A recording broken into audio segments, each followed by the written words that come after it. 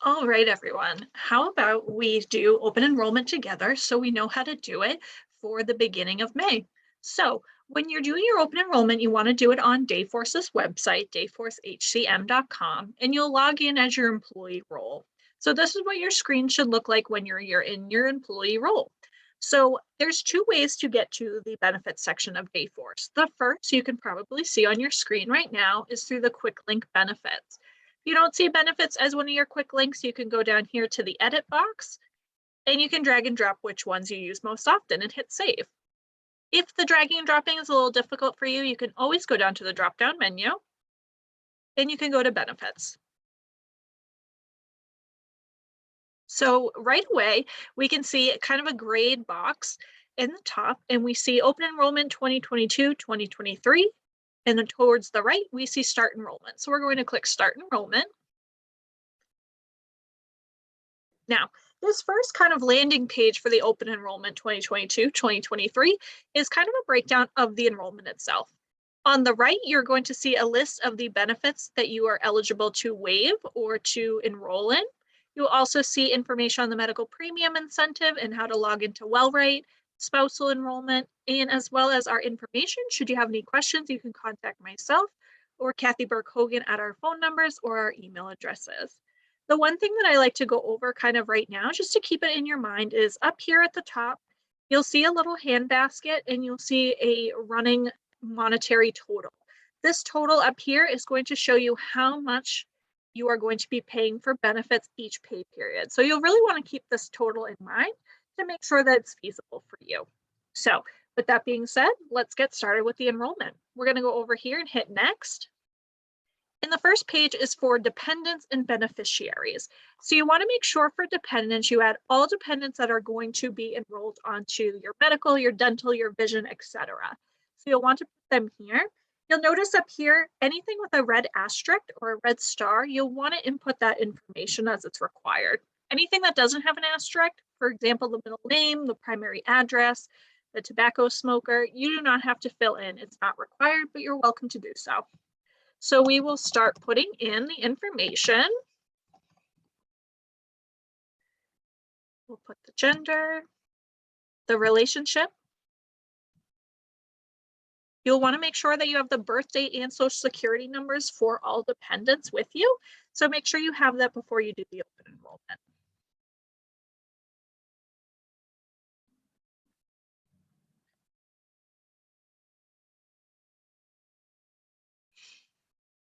And I'm going to hit continue. And then if you scroll down a little bit, you'll see current beneficiary information. You'll want to put at least one name down for the current beneficiary. And why is this? It's because Easter Seals will pay for general life insurance for you if something were to happen to you. So if something were to happen to you, your beneficiary would get 1 year's worth of your salary. So I'm going to click add. It's going to automatically populate with your dependents information. You're welcome to add other beneficiaries as well. You can have multiple beneficiaries and you can break it down by percentage of who gets what. But I'm just going to click on Harry's child and I'm going to hit next. All right, so now we're going to scroll through and we're going to see each benefit and we're going to waive or elect. Each time we go through a section, you'll notice, for example, the medical, you'll notice a description of the benefit information. So for medical, it's going to give you first the singular option. This price down here, the $103.56, is the price point that you will be focused on. And then towards the right, you will kind of see a breakdown of the medical insurance. If we keep scrolling down, we've got the employee only. We have the medical children plus employee, which I'm going to pick for Harry. And it's automatically going to populate with a box. It's going to ask you what dependents you want on. So remember, if you don't see your dependent that you need on here, you want to go back a page back to that dependent list and add the dependent there. One thing you want to make sure that you're doing is down here under care providers, you want to make sure that you're putting down your doctor's Anthem ID. So what that is it's kind of a code for Anthem to know which doctor that you see as your primary care. We need to have one on file in order to bill you. So it's really important to get that code. That code can be found multiple ways through Anthem's website, through Anthem by calling them on the phone and they can give it to you. Or we also have a section of almost like a kind of a house section of all the New Hampshire PCPs in the area with access to those. So if you're ever interested, just reach out to us. We can also help you get that information. So for relationship, you're going to choose if you're an established patient or a non-established patient. And you'll have to do it for all your benefits. Remember that. And then you'll put their care provider ID.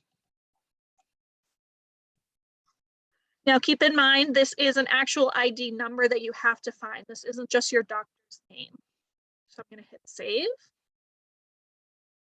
And look at that. Anytime you miss information when you hit save, it's going to come up with an error. So we can already see that the child that I put in, I did not put in their care ID. So you will automatically not be able to move forward if you don't put it in.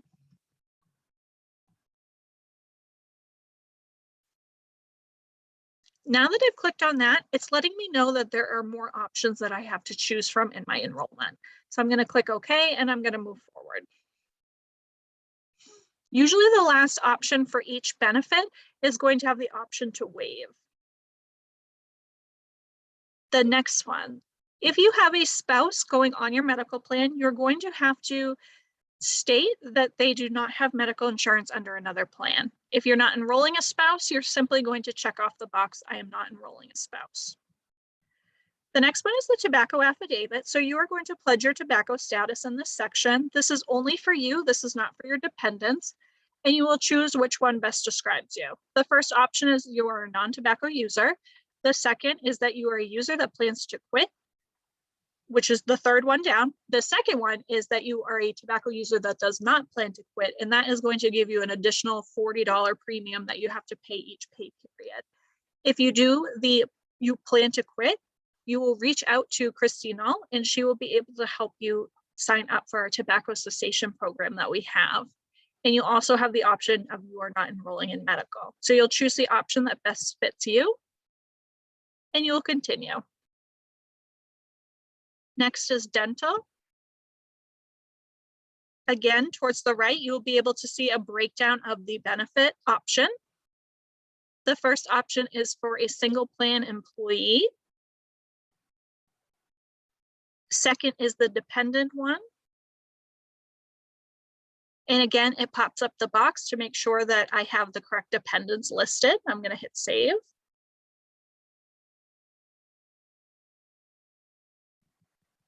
And the last one is waive. Here is the vision plan. Again, every time we click on the blue wording, and it will open up a box for us to review. And again, you don't have to choose all benefits. If there's one that you don't need, you can always waive them. If your dependent doesn't need a certain one, you can always do a single plan. Now watch what happens when we get down to the basic life. When I open up the box, you are going to notice that there's a green check mark and that it doesn't give me the option to waive anywhere. And the checkbox is grayed out. This is because Easter Seals covers the bill for this. So this is something that you do not have to pay for. Even if you don't elect to be in our medical, dental, vision, etc., you still have access and are signed up for these basic life insurance. So you always want to make sure you go to show details. And you want to add your beneficiary that we did on that second screen. So I'm going to click add, and I'm going to choose from the box of beneficiaries. If the beneficiary you want is not there, you're going to have to go back a page and re-add them. So as you can see, it'll show you the type that the beneficiary is. And as I mentioned, percentage. So if you want multiple people, you can break it down by percentage of what they receive.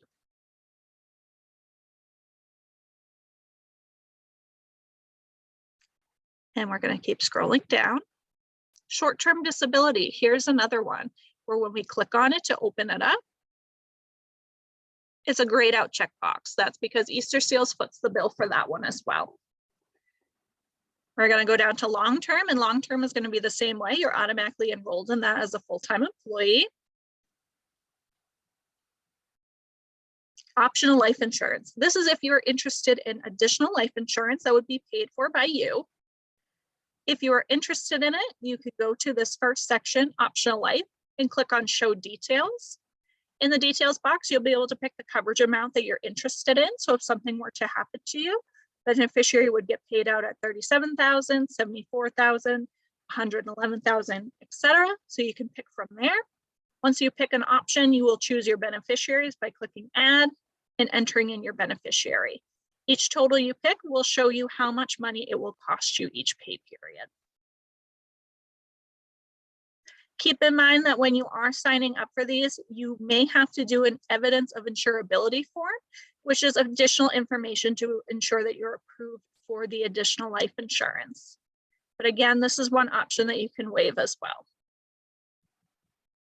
Optional spousal life. Keep in mind that optional spousal life and optional child life can only be elected if you have those dependents on file, as well as if you've elected optional life insurance for yourself as well. So notice when I do optional spouse life, it's only going to give me the option to waive because I didn't include myself into the optional life insurance. Same with child life. And again, this top area is a great place to kind of read about the insurance and see if it's something that you're interested in. So as you can see, it shows me the option of child life because I do have a dependent child, but notice the box is grayed out and I can't check it. That's because I didn't elect into optional life insurance for myself. So I will have to hit waive. The Employee Assistance Program. When we open this up, this is going to be another one that there is no option to waive the election. That's because Easter Seals pays for the Employee Assistance Program. And any of these benefits that you're seeing, if you get confused by them or unsure if you need them, always feel free to reach out to the benefits team and we can help you to decide if these benefits are eligible for you or not, or if they would be important to you. So the next one is flexible spending for healthcare. Again, if you need a basic rundown of what flexible spending is, you can read up here. And you can choose to waive or to elect. So if you're electing, you're going to want to go to show details and you're going to pick an amount of your contribution. Maximum contribution you can do is $28.50. So you can put in your amount and whatever you put in, that's the money you get up front and you'll pay for it during chunks of each pay period. So for example, if I say that I'm going to use $500 on healthcare costs, it is going to populate down here what my total would be each paycheck. So $19.24 each paycheck. That will go up or go down depending on what amount that I choose.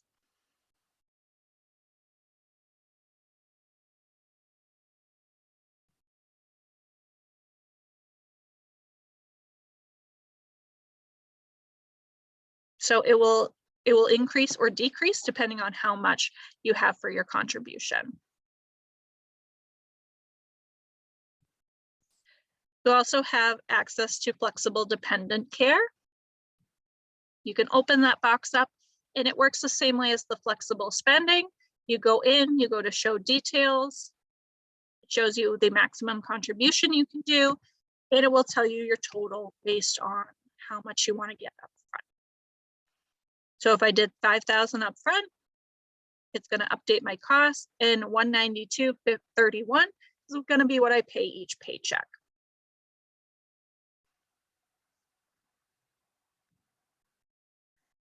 Now that I've gone through, I'm going to hit the next button. And if I go through to the next page, that means everything I put in was correct. If it stops me on this page, that means there's an error and I need to go back and fix. Perfect. So it takes me to my confirmation page. So this is a great place where you can kind of read and see how much your totals have come to. It's going to give you a breakdown of all the benefits that you have elected for, which ones you have waived. So you can kind of go through and almost review your order to make sure that it's correct, because again, this is binding, so you want to make sure that it's correct. And again, as I mentioned, as a quick tip for you, it's going to show you down here your costs each pay period, but you also see it up here by this little basket. So this will be my total cost each pay period. Now down at the bottom, make sure that you're hitting submit enrollment. You can also print your enrollment here. For example, you can save it if you aren't ready to submit it yet. Maybe you want your partner's information on if they are a proof of it or not. And then you'll go to submit enrollment.